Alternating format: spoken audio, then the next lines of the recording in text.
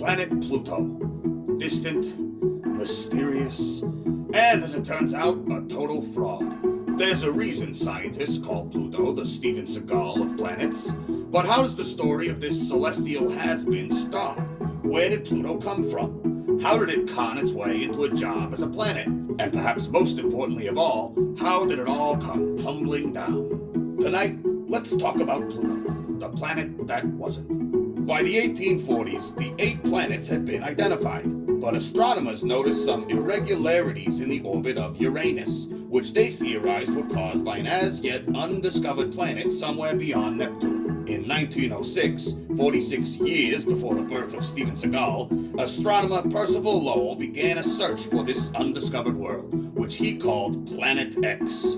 Lowell died in 1916, and the search for Planet X was stalled until 1929. Then, in 1930, 23-year-old Clyde Tombaugh noticed a celestial object that appeared to shift position in images taken over the course of a week. Pluto had made its film debut, and much like when Steven Seagal made his 1988 acting debut in Above the Law, a wholly unwarranted media frenzy followed. The name Pluto was suggested by Venetia Burley, an 11-year-old girl living in Oxford, England. The vote to approve the name was unanimous, and Plutomania soon swept the globe. Soon, Mickey Mouse had a dog named Pluto, a new element named plutonium was popping up in all your favorite soft drinks, and talks had already begun for a follow-up appearance in 1990's Hard to Kill. But in spite of this early success, some of Pluto's more outlandish claims soon began to unravel. Kind of like when Steven Seagal claimed he used to train CIA agents in hand-to-hand combat. Initial estimates of Pluto's mass suggested it was roughly the same size as the Earth. But by 1948, scientists had downgraded the estimated size to roughly that of Mars. And after Pluto's moon Charon was discovered in 1978, it had become obvious that Pluto was far too small to cause the irregularities in the orbit of Uranus. This proved that Pluto was not the hypothesized Planet X, just like when Jean LaBelle proved Steven Seagal can't grapple when he choked him out on the set of 1991's Out for Justice. He pooped his pants when that happened. Steven Seagal, I mean, not Pluto.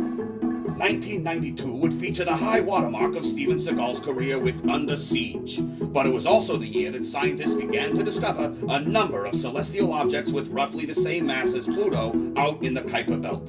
For Seagal and Pluto, it was all downhill from there. The existence of these objects called into question Pluto's status as a planet, just like 1995's Rumble in the Bronx, starring Jackie Chan, called into question Steven Seagal's status as the #1 martial arts film star. Then, in 2006, the International Astronomical Union voted to officially define the features necessary to be considered a planet.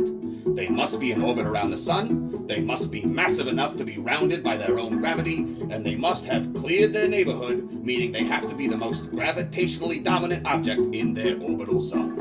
Pluto satisfied the first 2 requirements, but could not satisfy the third, meaning that Pluto now officially had no business calling itself a planet.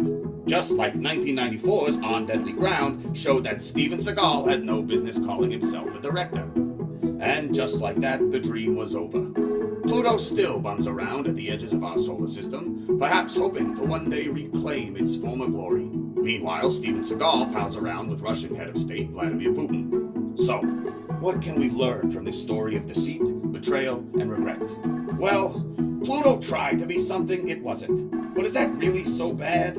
After all, don't we all sometimes wish we could be some kind of reincarnated monk who trains CIA agents, battles the Yakuza, and can disable any attacker with our perfectly honed Aikido skills? Pluto took things too far, but is lying about being a planet really that bad? Steven Seagal has been repeatedly accused of sexual harassment on the sets of his films. Pluto never sexually harassed anyone.